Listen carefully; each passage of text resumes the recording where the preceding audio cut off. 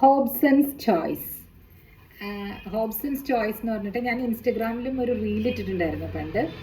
But അതെന്തിനെ പറ്റി പറയാൻ വേണ്ടിയിട്ടാണെന്ന് അറിയോ ഹോബ്സൺസ് ചോയ്സ് എന്ന് ഞാൻ പറഞ്ഞത്? ഹോബ്സൺസ് ചോയ്സ് എന്ന് പറഞ്ഞാൽ നിങ്ങൾക്ക് പിന്നെ വേറൊരു ചോയ്സേ ഇല്ല, you have to accept it എന്നാണ് അതിൻ്റെ അർത്ഥം. അതെന്ത് കഥയാണെന്ന് വെച്ചാൽ, ഈ ഇംഗ്ലണ്ടിൽ ഒരു കുതിരലായത്തിൽ കുതിരകളെ വിറ്റുകൊണ്ടിരിക്കും ഒരാൾ. നല്ല നല്ല സ്റ്റാലൻസ് ഒക്കെ ഉണ്ട് അവരുടെ കയ്യിൽ. സ്റ്റാലൻസ് എന്ന് പറഞ്ഞാൽ അറിയാമല്ലോ, നല്ല കരുത്തുള്ള ആൺകുതിരകളെയാണ് സ്റ്റാലൻസ് എന്ന് പറയുന്നത് എന്നാണ് എൻ്റെ അറിവ് കേട്ടോ. അപ്പോൾ ആ കുതിരകളെ വാങ്ങാൻ വേണ്ടിയിട്ട് ഒരുപാട് മെർച്ചൻസ് വരും. എന്നൊക്കെ കുതിരവണ്ടിയിലാണല്ലോ എല്ലാവരും പലായനം ചെയ്തുകൊണ്ടിരിക്കുന്നത്. സോ ആ ഇന്നിനകത്ത് അവരുടെ ആ പുള്ളിയുടെ ഈ ഹോബ്സൺ എന്ന് പേരുള്ള ആളുടെ ലായത്തിനകത്ത് ഇങ്ങനെ സൈഡിൽ ഒരു കുതിരയെ കെട്ടിയിട്ടിരിക്കും. എന്നിട്ട് വരുന്ന മെർച്ചൻസിൻ്റെ അടുത്ത് പറയും, നിങ്ങൾ പോയി എല്ലാ കുതിരയും കാണൂ, എന്നിട്ട് ചൂസ് ചെയ്തോളൂ എന്ന് പറയും. പക്ഷേ മെർച്ചൻസിന് പിന്നെ പിന്നെ മനസ്സിലാകാൻ തുടങ്ങി, ഇയാൾ ചൂസ് ചെയ്യാൻ വിട്ടാലും he just will not allow to choose. Actually അവിടെ കെട്ടിയിട്ടിരിക്കുന്ന ആ കുതിരയില്ലേ, അറ്റത്ത് ലായത്തിൻ്റെ അറ്റത്ത് കെട്ടിയിട്ടിരിക്കുന്ന ആ കുതിരയെ മാത്രമാണ് അദ്ദേഹം വിൽക്കുകയുള്ളൂ. അപ്പോൾ ഇവിടെ പോയി സെലക്ട് ചെയ്യുന്നതിൽ എന്താണ് അർത്ഥമുള്ളത്? വെറുതെ പോയി സെലക്ട് ചെയ്യാന്ന് മാത്രമേ ഉള്ളൂ. അപ്പോൾ ദിസ് ഈസ് ഓൾറെഡി ചോസൺ. അതിനെയാണ് പറയുന്നത് ഹോബ്സൺ ചോയ്സ്. മെർച്ചൻസിന് വേറെ ചോയ്സ് ഒന്നുമില്ല, ഈ ഹോബ്സന്റെ ചോയ്സ് തന്നെ പിക്ക് ചെയ്തിട്ട് പോകേണ്ടി വരും. ആ വേർഡ് അങ്ങനെയാണ് വന്നത്. പണ്ട് ഇംഗ്ലീഷ് ലിറ്ററേച്ചർ ക്ലാസ്സിലൊക്കെ ഞാൻ ഇരിക്കുന്ന സമയത്ത് അവിടെ മഹാരാജാസിലെ ലൈബ്രറിയിൽ I use to pick up one word and go and search for the meanings. അങ്ങനെ ഞാൻ ചെയ്യാറുണ്ട്, പേപ്പറിൽ കാണുന്നതോ അങ്ങനെയൊക്കെ. അപ്പോൾ അവിടെ അങ്ങനെ ഒരു ദിവസം ചെന്ന് തപ്പുമ്പോൾ എറ്റിമോളജിക്കൽ ഡിക്ഷണറി എന്നാണ് അതിൻ്റെ പേര് എന്നാണ് എനിക്ക് ഓർമ്മ. വലിയതൊരെണ്ണമുണ്ട്. അതിൽ വെറുതെ ഇങ്ങനെ മറിച്ച് നോക്കും. അപ്പോൾ ഓരോരോ ഇങ്ങനെ രസമുള്ള വേർഡ്സൊക്കെ നമുക്ക് പഠിക്കാൻ പറ്റും. റെയിനിങ് കാറ്റ്സ് ആൻഡ് ഡോഗ്സ് അങ്ങനെയൊക്കെ. അത് ഞാൻ റെയിൻ വരുമ്പോൾ ഒരു ദിവസം ഞാൻ പറയുന്നുണ്ട്, റെയിനിങ് കാറ്റ്സ് ആൻഡ് ഡോഗ്സ്. എന്നെ കേൾക്കുന്നവർ ഇപ്പോൾ പോയി അത് മനസ്സിലാക്കിയിട്ട് അത് ഇതിൻ്റെ താഴെ കമൻ്റ് അടിച്ചോളൂ. What is raining cats and dogs എന്ന് പറഞ്ഞാൽ എവിടെ നിന്ന് വന്നതാണെന്ന പ്രയോഗം. ഇതുപോലത്തെ ഒരു കഥയുണ്ട് അതിന്. അതൊന്ന് പറയാൻ പറ്റുമെങ്കിൽ ഇതിൻ്റെ ഇടയിൽ അടിക്കാൻ പറ്റുന്നവർ ടൈപ്പ് ചെയ്യുക. ഇപ്പോൾ ഹോബ്സൺസ് ചോയ്സിനെ പറ്റി ഞാൻ പറയാൻ കാര്യം എന്താണെന്നറിയോ? എൻ്റെ പേരിനെ പറ്റി പറയുമെന്ന് ചോദിച്ചിട്ടുണ്ടായിരുന്നു. ഇത്ര മനോഹരമായിട്ടുള്ള പേര് എനിക്ക് എവിടെ നിന്നാണ് കിട്ടിയതെന്ന്. എനിക്കിത് ആദ്യം വലിയ മനോഹരമായിട്ടൊന്നും തോന്നിയിട്ടില്ല കേട്ടോ. ഈ മൂന്ന് ലെറ്റേഴ്സ് വെച്ചിട്ട് നിൽക്കാൻ പറ്റുന്നില്ല വേർഡ്സിന്. അത് ഈ തെലുങ്കരൊക്കെ വന്നിട്ട് എ ഒരു കുത്ത്, ജി ഒരു കുത്ത്, പിന്നെ എ, അതാണ് അവരുടെ ഇനീഷ്യൽസ്. പിന്നെ അവരുടെ പേര് പിന്നെ ബാക്കി വരികയുള്ളൂ. ആദ്യം എല്ലാവരും അങ്ങനെ തന്നെ വിചാരിച്ചിരുന്നത്, AGA അരവിന്ദ് എന്നാണ് വിചാരിച്ചിരുന്നത്. അപ്പോൾ ഒരു ആണുങ്ങളുടെ പേരാണല്ലോ, അരവിന്ദ് എന്നുള്ള പേരാണല്ലോ ഇട്ടിരിക്കുന്നതെന്നൊക്കെ പറഞ്ഞു. ഞാൻ പറഞ്ഞു അതെൻ്റെ ഹസ്ബൻഡിൻ്റെ പേരാണ്, എൻ്റെ പേര് ആഗ എന്നാണ്, ആഗ അരവിന്ദ് എന്നാണ്. ഞാൻ വിവാഹം കഴിക്കുന്നതിന് മുമ്പേ എൻ്റെ പേര് ആഗ ഭാസ്കർ എന്നായിരുന്നു. അതായത് അച്ഛൻ്റെ പേരിൻ്റെ കൂടെയായിരുന്നല്ലോ അന്നൊക്കെ. ഈ മക്കത്തായും എന്തൊക്കെയോ ഉണ്ടല്ലോ പണ്ടത്തെ ഇതിൽ. ഇപ്പോൾ പാട്രിയാർക്കൽ സൊസൈറ്റി ആയതുകൊണ്ട് അച്ഛൻ്റെ പേര് സ്ത്രീകളുടെ പേരിൻ്റെ, പെൺകുട്ടികളുടെ പേരിൻ്റെ കൂടെ ഇടുന്നു. പണ്ടാണെങ്കിൽ അമ്മയുടെ പേരിൻ്റെ കൂടെയാണ് ഇടാറെന്ന് പറയപ്പെടുന്നു. ഞങ്ങളുടെ അങ്ങോട്ട് കൊച്ചി സൈഡിലേക്ക് അങ്ങനെ ഇല്ല, കൊച്ചി രാജവംശത്തിലേക്ക് അങ്ങനെ ഇല്ല കേട്ടോ. അത് വെറുതെ തമാശയായിട്ട് പറഞ്ഞാൽ കൊച്ചി സൈഡിലേക്ക് അങ്ങനെ ഇല്ല, തിരുവിതാംകൂർ സൈഡിലേക്കാണ് അങ്ങനെയൊക്കെ. അപ്പോൾ തിരുവിതാംകൂറാണ് ഇവിടെ ഈ മാവേലിക്കരയൊക്കെ വരുന്നത്. അപ്പോൾ അരവിന്ദൻ്റെ സിസ്റ്ററിൻ്റെ പേരിൻ്റെ കൂടെയൊക്കെ അമ്മയുടെ പേരാണ് ഇരിക്കുന്നത്. ഇവിടെ അരവിന്ദൻ്റെ അമ്മയുടെ പേര് വിജയലക്ഷ്മി എന്നാണ്. അപ്പോൾ വിജയലക്ഷ്മി K എന്നാണ് ഇട്ടിരിക്കുന്നത്. എന്ന് പറഞ്ഞാൽ അവരുടെ അമ്മയുടെ പേര് കാർത്യായനി എന്നാണ്. അപ്പോൾ കാർത്യായനി എന്നുള്ളതിൻ്റെ ആണ് K ചുരുക്കപ്പേര്. അച്ഛൻ്റെ പേരിൻ്റെ കൂടെ അല്ല അവർ ഇടുന്നത് അത്ര. സോ ഞങ്ങളുടെ അങ്ങോട്ട് അങ്ങനെയല്ല. അതുകൊണ്ട് എൻ്റെ പേരിൻ്റെ കൂടെ അച്ഛൻ്റെ പേരായിരുന്നു എന്നാണ് പറഞ്ഞു വരുന്നത്. പക്ഷെ എൻ്റെ മോളുടെ പേരിപ്പോൾ അരവിന്ദൻ്റെ പേരിൻ്റെ കൂടെയാണ് അറിയുന്നത്. എൻ്റെ പേര് അല്ലെങ്കിൽ ഒറ്റയ്ക്ക് നിൽക്കുകയില്ല, ആരുടെയെങ്കിലും പേരിൻ്റെ ഒരു സപ്പോർട്ട് വേണം ഈ എൻ്റെ പേരിന് നിൽക്കാനായിട്ട്. സോ ഈ പേര് എൻ്റെ ഒരു ഹോബ്സൺസ് ചോയ്സ് ആണെന്നാണ് ഞാൻ പറഞ്ഞു വരുന്നത്. എല്ലാവർക്കും പേരെന്ന് പറഞ്ഞാൽ ഹോബ്സൺസ് ചോയ്സ് ആണ്. അതായത് we don't have A choice എന്ന്. നമ്മുടെ അച്ഛനമ്മമാർ കണ്ടുപിടിക്കുന്ന പേര് നമ്മുടെ ഐഡൻറ്റിറ്റിയായി മാറുകയാണ്. സോ പേരും നമ്മളുടെ ചോയ്സ് അല്ല, ചൂസ് ചെയ്യാൻ പറ്റത്തില്ല നമുക്ക്. അച്ഛനമ്മമാരെ നമുക്ക് ചൂസ് ചെയ്യാൻ പറ്റൂല അല്ലേ? ബാക്കി എന്ത് വേണമെങ്കിലും നമുക്ക് ലൈഫിൽ ചൂസ് ചെയ്യാം. നമ്മുടെ റിലീജിയൻ വേണമെങ്കിൽ നമുക്ക് മാറാം. പിന്നീട് നമ്മൾ ഹിന്ദുയിസം വിട്ട് മുസ്ലിം ആകാം, അല്ലെങ്കിൽ മുസ്ലിം വിട്ട് ക്രിസ്ത്യൻ ആകാം, ക്രിസ്ത്യൻ വിട്ട് മുസ്ലിം ആകാം. എങ്ങനെ വേണമെങ്കിലും നമുക്ക് മാറാം, ഇല്ലേ? അത് നമുക്ക് ഉള്ള ചോയ്സ് ആണത്, ഇഫ് വി വോണ്ട് ടു എന്ന് പറയുന്ന പോലെ. പക്ഷെ ഈ പറഞ്ഞ പേര്, അച്ഛനമ്മമാരെ നമുക്ക് മാറ്റാൻ പറ്റില്ല. പേരും ഇതുപോലെ തന്നെ അച്ഛനമ്മമാരെ ഇട്ട പേര് നമുക്ക് ഇഷ്ടമല്ലെങ്കിൽ വേണമെങ്കിൽ മാറ്റിയേക്കാം, അല്ലേ? കാരണം ചോയ്സ് ഇല്ലായിരുന്നു നമുക്ക് ജനിക്കുമ്പോൾ, പക്ഷെ പിന്നീട് മാറ്റാം എന്നാണ് ഞാൻ പറയുന്നത്. ഈ ജനിക്കുന്ന റിലീജിയനും നമുക്ക് ചോയ്സ് ഇല്ലായിരുന്നു ജനിക്കുമ്പോൾ, അല്ലേ? പിന്നീട് നമ്മൾ മാറ്റാം. അപ്പോൾ ഇത് രണ്ടും, റിലീജിയനും പേരും മാറ്റുന്നവരുണ്ട്.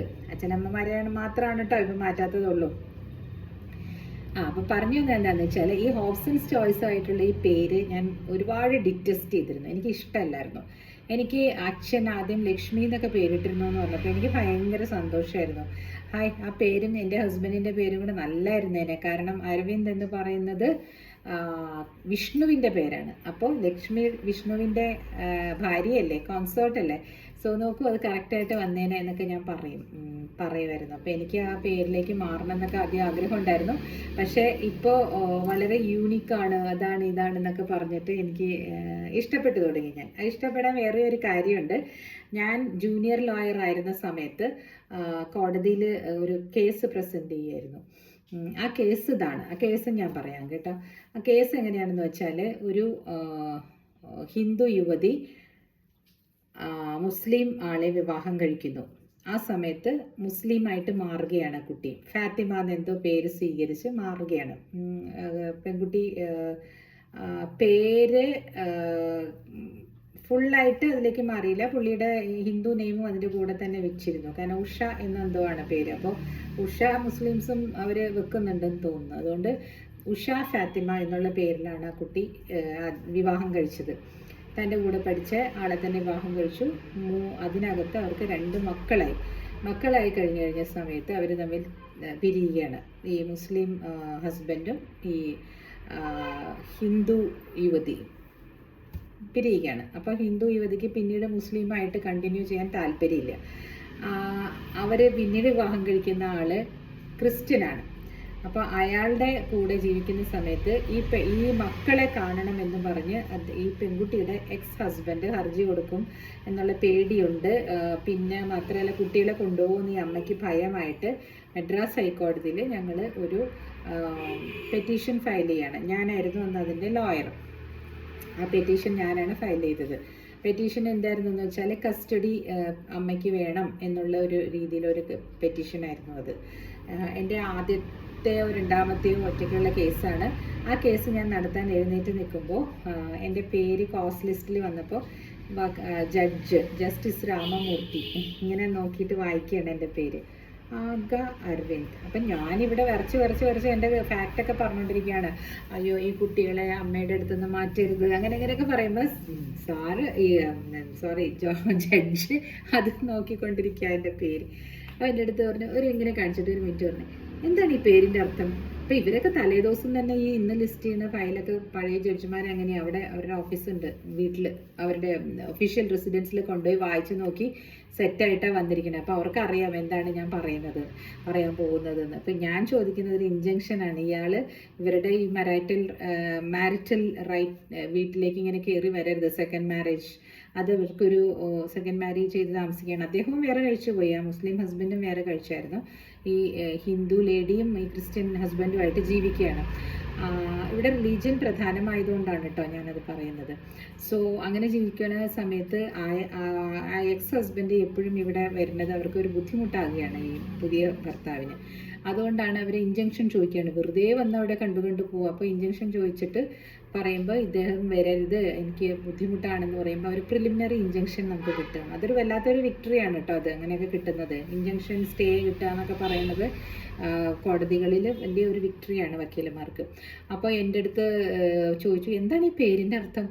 അപ്പോഴാണ് ഞാൻ ഇങ്ങനെ നോക്കുന്നത്, അയ്യോ ഞാൻ പറയുന്നൊന്നും കേൾക്കുന്നില്ല അല്ലേ ഇദ്ദേഹം എന്ന് പറഞ്ഞിട്ട് ഞാൻ പിന്നെ പറയാണ് എൻ്റെ പേരിൻ്റെ അർത്ഥം ആശയുടെ മകൾ എന്നുള്ള ഇതിലാണ് എനിക്ക് ഇട്ടിരുന്നത്. അപ്പം ഞാൻ പറഞ്ഞു ലോർഡ്സ് അത് that was not my choice, it was my parents choice എന്ന് പറഞ്ഞപ്പോൾ ഹാ എന്ന് പറഞ്ഞിട്ട് ചിരിക്കുന്നു. ഞാൻ പറഞ്ഞു ആഗ എന്ന് പറഞ്ഞാൽ മുസ്ലിം റിലീജിയസ് ലീഡർ എന്നുള്ള അർത്ഥമുണ്ട്. കാരണം അവിടെ ഒരു സെക്റ്റിൻ്റെ ലീഡറാണ് ആഗ ഖാൻ ട്രോഫിയൊക്കെ പിന്നെ വന്നല്ലോ, അതിന് അദ്ദേഹത്തിൻ്റെ പേരിലാണ് ആ ട്രോഫിയൊക്കെ വന്നിരിക്കുന്നത്.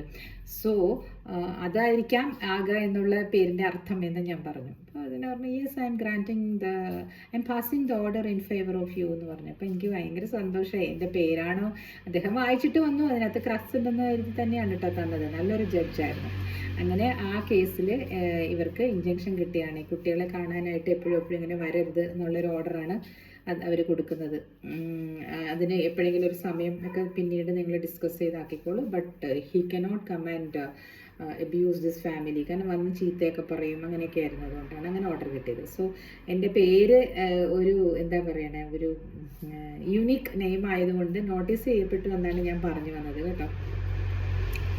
സെക്കൻഡ് തിങ്, ഈ പേരുകൊണ്ട് ഇതുപോലെ ഒരുപാട് പേരുകൾ ഇല്ലതാണ്. ഇങ്ങനെ ഈ ആഗ എന്നുള്ള പേര് വെച്ചിട്ട് ഒരുപാട് സ്ത്രീകളെ ഞാൻ കണ്ടിട്ടില്ല. അപ്പോൾ എനിക്ക് പേരിടുന്ന സമയത്ത് ഞാൻ കുഞ്ഞായിരുന്നപ്പോൾ എൻ്റെ അമ്മയുടെ ചേച്ചി ഇങ്ങനെ പറഞ്ഞു അത്ര എൻ്റെ അച്ഛനോട്, പെൺകുട്ടികളുടെ പേരിടേണ്ടത് അമ്മയുടെ വീട്ടുകാരാണ് എന്ന് പറയും. അപ്പോൾ അച്ഛൻ പറഞ്ഞിട്ടുള്ളൂ എന്നൊന്നും. അപ്പോൾ വലിയമ്മച്ചി ഒരു പേര് പറഞ്ഞതാണ്. പിന്നെ ആശയുടെ പേരുമായിട്ട് യോജിക്കുന്ന ഒരു പേരാണ് ആഗ. അതുകൊണ്ട് എൻ്റെ വലിയമ്മച്ചിയുടെ വീട്ടിലൊരു പെൺകുട്ടിയുടെ പേരുണ്ട് അത്ര, അങ്ങനെ ആഗമോളെന്ന് അവർ വിളിക്കണേന്ന് പറഞ്ഞു. അന്ന് ആയിക്കോട്ടെ എന്ന് പറഞ്ഞു. എനിക്ക് തോന്നുന്നു ഞാനും ആ കുട്ടി മാത്രമേ ഉണ്ടാവുള്ളൂ ഇങ്ങനെ ആഗ എന്നുള്ള പേരിൽ എനിക്ക് തോന്നുന്നു. ആഗി എന്നൊക്കെ കേട്ടിട്ടുണ്ട്. സോ ഇവിടെ കല്യാണം കഴിക്കാനായിട്ട് വന്നപ്പോൾ എല്ലാവരും ഇങ്ങനെ ചോദിക്കുമായിരുന്നു, ആഗയെന്നോ അതെന്ത് പേരാണ് എന്ന് ഹസ്ബൻഡിനോട് ചോദിക്കുമായിരുന്നു. അപ്പം ഞാൻ പറഞ്ഞു എനിക്ക് പേര് മാറ്റണമെന്നുണ്ട്, എനിക്ക് ലക്ഷ്മി എന്നോ അങ്ങനെ വല്ലതൊക്കെ എന്നൊന്നും അരവിന്ദിന് ഇഷ്ടമല്ല. അരവിന്ദ് പറയുന്നത് എന്ത് കുഴപ്പം, നല്ല മോഡേൺ നെയിമല്ലേ. He accept as it is everything, that is his quality.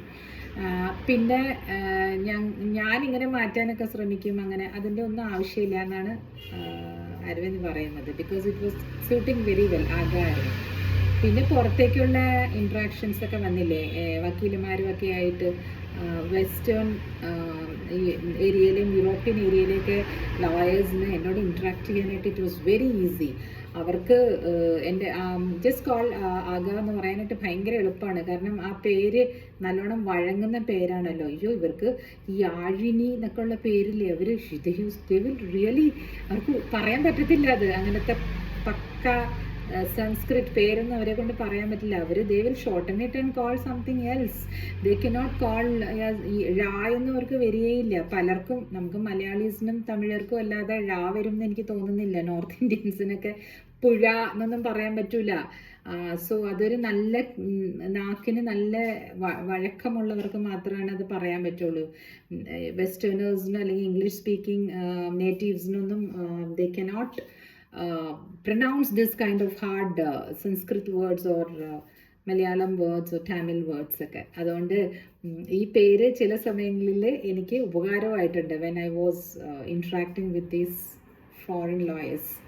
അതുകൊണ്ട് ആ സമയത്തൊക്കെ അപ്പോൾ ഞാൻ വലിയ പ്രൗഡായിട്ട് പറഞ്ഞു. അപ്പോൾ എല്ലാത്തിനും രണ്ട് വശമുണ്ടെന്നേ, ഒരു കോയിന് രണ്ട് വശമുണ്ടെന്ന് പറഞ്ഞ പോലെ നമ്മൾ എന്തിനു വേണ്ടിയിട്ട് പരിഭവം പറഞ്ഞാലും അങ്ങനെ ചില കാര്യങ്ങൾക്ക് നമുക്ക് പരിഭവിച്ചാലും നമ്മളുടെ കൂടെ നിൽക്കുന്നത് നമുക്ക് നല്ലതിന് വേണ്ടിയിട്ടായിരിക്കാം. ഈ പേരും അതുപോലെ ഒന്നാണ്. പേരുകൾ എന്ന് പറയുമ്പോൾ പല പല പല പേരുകളിൽ നമ്മൾ ശ്രദ്ധിച്ചിട്ടില്ലേ. ഞാൻ ആക്സിസ് ബാങ്കിൽ ഒരു കുട്ടിയെ കണ്ടിട്ടുണ്ട്, അനസൂയ എന്നാണ് പേര് കേട്ടോ. ശാകുന്തളം വായിച്ചിട്ട് അതിൻ്റെ ആ കുട്ടിയുടെ അനുജത്തിയുടെ പേര് പ്രിയംവദ. ശാകുന്തളം വായിച്ചിട്ടുള്ളവർക്ക് അറിയാം, ശകുന്തളയുടെ ഉച്ച തോഴികളാണ് അനസൂയയും പ്രിയംവദയും. അപ്പോൾ ആ കുട്ടി ക്രിസ്ത്യൻ കുട്ടിയാണ് കേട്ടോ. പക്ഷേ അവരുടെ അപ്പച്ചൻ അത് ബുക്ക് ഫെഡറൽ ബാങ്കിലോ എവിടെയോ ഒരു മാനേജറായിരുന്നു. പുള്ളി ശാകുന്തളം വായിച്ചിട്ട് ആ പേരുകൾ നോട്ട് ചെയ്ത് വെച്ചിരുന്നു അത്ര. എൻ്റെ മക്കളുണ്ടാകുമ്പോൾ ഞാൻ ഈ പേരാണ് ഇടാൻ പോകുന്നതെന്ന് പറഞ്ഞിട്ട്. എൻ്റെ ഹസ്ബൻഡിൻ്റെ പേര് ചൂസ് ചെയ്തത് ഞാൻ പറഞ്ഞിട്ടുണ്ടല്ലോ, പപ്പ, അരവിന്ദിൻ്റെ പപ്പ ഇതുപോലെ അരവിന്ദ് മിൽസ് എന്നൊക്കെ എഴുതി വെക്കും ചെകുന്ന കണ്ടിട്ടുണ്ട് ഇവിടെ റെയിൽവേ സ്റ്റേഷൻസിലൊക്കെ. സോ ദാറ്റ് ടൈം മനസ്സിൽ വിചാരിച്ചിരുന്നു ഇങ്ങനെ ഈ പേരാണ് ഇടാൻ പോണേന്നുള്ളത്. അപ്പോൾ പേരുകൾ ചൂസ് ചെയ്യുന്നത് ശരിക്കും പാരൻസിൻ്റെ ഒരു എന്താ പറയുക ചോയ്സ് തന്നെയാണ്. ശരി, ഇനിയൊരു കാര്യം പറയട്ടെ, ഒരു നിയമകാര്യം പറയട്ടെ. നിങ്ങൾ ഒരു കുട്ടിക്ക് പേരിട്ടില്ലെങ്കിൽ എന്താവും അറിയാവോ? അതിനൊരു നിയമമുണ്ട്, കോടതിക്ക് പേരിടാം കുട്ടിക്ക് വേണ്ടിയിട്ട്. അത് ഈ ഇടയ്ക്ക് ഒരു അച്ഛനും അമ്മയും കൂടെ തർക്കത്തിലായി കുട്ടിയുടെ പേരിടുന്നതിനെ പറ്റിയിട്ട്. അപ്പോൾ 3 വയസ്സായ കുട്ടിക്ക് പേരിടൽ ചടങ്ങ് നടന്നിട്ടില്ല. അച്ഛനും അമ്മയും തമ്മിൽ തെറ്റുകയും ചെയ്തു. ഈ ഒരു കാരണം പറഞ്ഞ് തെറ്റി. അത് 28 നടത്തുന്ന സമയത്ത് എന്തോ ഈ കുട്ടിയുടെ കാതിൽ അച്ഛൻ്റെ പെങ്ങളും കുട്ടിയുടെ അച്ഛൻ, അതായത് ബേബിയുടെ അച്ഛൻ, അച്ഛൻ്റെ പെങ്ങളും അച്ഛൻ്റെ അമ്മയും എല്ലാവരും കൂടെ സജസ്റ്റ് ചെയ്ത് ഏതോ ഒരു പേര് വിളിച്ചു. ഉടനെ തന്നെ ആ കുട്ടിയെ പ്രസവിച്ച മാതാവ് വന്ന് ആ കുട്ടിയെ എടുത്തിട്ട് പറഞ്ഞു, ഇതല്ല എൻ്റെ കുഞ്ഞിൻ്റെ പേര്, ഇത് ഞാൻ സമ്മതിക്കില്ല. അവരുടെ ഈഗോയിൽ ആ കുഞ്ഞിന് 3 വർഷത്തേക്ക് പേരിട്ടിട്ടില്ല കേട്ടോ. അപ്പോൾ അതിനൊരു വകുപ്പുണ്ട്. അപ്പോൾ നിങ്ങളുടെ മക്കൾക്ക് ആരെങ്കിലും പേരിട്ടിട്ടില്ലെങ്കിൽ കോടതിയോട് പോയി പറഞ്ഞോളൂ. കോടതിക്ക് അതിനൊരു it is got a right കേട്ടോ. ആ റൈറ്റ് ഉപയോഗിച്ച് കോടതി പേരിടുകയാണ് കുഞ്ഞിനെ.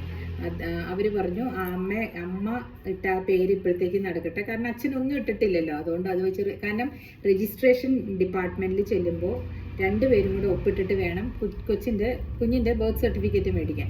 അത് ചെല്ലുമ്പോൾ ഈ അച്ഛൻ ഒപ്പിട്ട് കൊടുക്കൂല. അപ്പോൾ എവിടുത്തെ രജിസ്ട്രാർ പറയും അച്ഛൻ്റെ പേര് ഒപ്പ് വാങ്ങിച്ചുകൊണ്ട് പോകാമെന്ന് പറയും. അങ്ങനെ നടന്ന് അവസാനം 3 വർഷമായിട്ടും കുട്ടിക്ക് പേരിട്ടിട്ടില്ല. എന്നാൽ ആലോചിച്ച് നോക്കൂ, ഇവരുടെ ഈഗോ കാരണം അച്ഛനെ സ്കൂളിൽ ചേർക്കണ്ടേ, പേരില്ല കുട്ടി എന്ന് പറഞ്ഞ് കളിയാക്കൂലേ. എല്ലാവരും എന്തോ അമ്മോട്ട് കിട്ടൂ എന്നൊക്കെയല്ലേ എല്ലാവരും വിളിക്കുക കുഞ്ഞുങ്ങളെ. അങ്ങനെ എന്തൊക്കെയോ വിളിക്കണ്ടായിരുന്നു ആ കുഞ്ഞിന്. അവസാനം അതിന് സ്കൂളിൽ ചേർക്കാൻ വേണ്ടിയിട്ട് ബർത്ത് സർട്ടിഫിക്കറ്റ് വാങ്ങിക്കാൻ ഈ അമ്മ പിന്നെ കോടതിയിൽ പോകേണ്ടി വന്നു. കോടതിയിൽ പോയപ്പോൾ കോടതിയുടെ പ്രത്യേകമായിട്ട് കോടതിക്ക് ഒരു അധികാരമുണ്ട്. ആ അധികാരം ഉപയോഗിച്ച് കോടതി വന്നിട്ട് ഈ കുഞ്ഞിന് പേര് രജിസ്റ്ററാക്കി കൊടുക്കണമെന്നുള്ള ഓർഡർ രജിസ്ട്രാർക്ക് കൊടുത്തു കുഞ്ഞിൻ്റെ അമ്മയുടെ ഹർജിയിൽ. അതിന് ഒരു പർട്ടിക്കുലർ നിയമമുണ്ട് കേട്ടോ. അത് ഞാനിതിൽ പിൻ ചെയ്ത് വെക്കാം. അറിയാവുന്നൊരു അതിൻ്റെ അടിയിൽ ഇട്ടോളൂ. എനിക്ക് 2-3 വക്കീലന്മാരൊക്കെ കേൾക്കുന്നില്ലേ, അവർക്ക് അറിയാമായിരിക്കും ആ പെറ്റീഷൻ്റെ പേര്. അത് ഏത് അധികാരത്തിലാണ് ഈ കോടതി ആ പെറ്റീഷൻ ഹർജി നോക്കിയിട്ട് കൊടുക്കുന്നതെന്ന്. കോടതിക്കും പേരിടാം എന്നുള്ള ഒരു ലൈനാണത്. സോ അച്ഛൻ ഒരു പേരും പറഞ്ഞിട്ടില്ലല്ലോ. അപ്പോൾ കോടതി പറഞ്ഞു, സോ ഞാൻ ഈ പേര് സജസ്റ്റ് ചെയ്യാണ്. രജിസ്ട്രാർക്ക് ഓർഡർ കൊടുത്തു, ഈ പേരിൽ ഈ കുഞ്ഞിൻ്റെ രജിസ്ട്രേഷൻ സർട്ടിഫിക്കറ്റ്, ബർത്ത് സർട്ടിഫിക്കറ്റ് കൊടുക്കണം.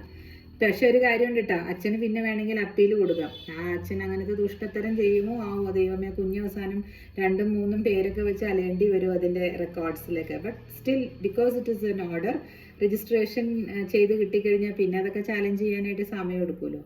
അതുകൊണ്ട് ബർത്ത് സർട്ടിഫിക്കറ്റ് അങ്ങനെ 3 വർഷം കഴിഞ്ഞപ്പോൾ ആ കുഞ്ഞിന് കിട്ടിയെന്നാണ് പറയുന്നത്. അപ്പോൾ പേരിലും കാര്യമൊക്കെ ഉണ്ട്.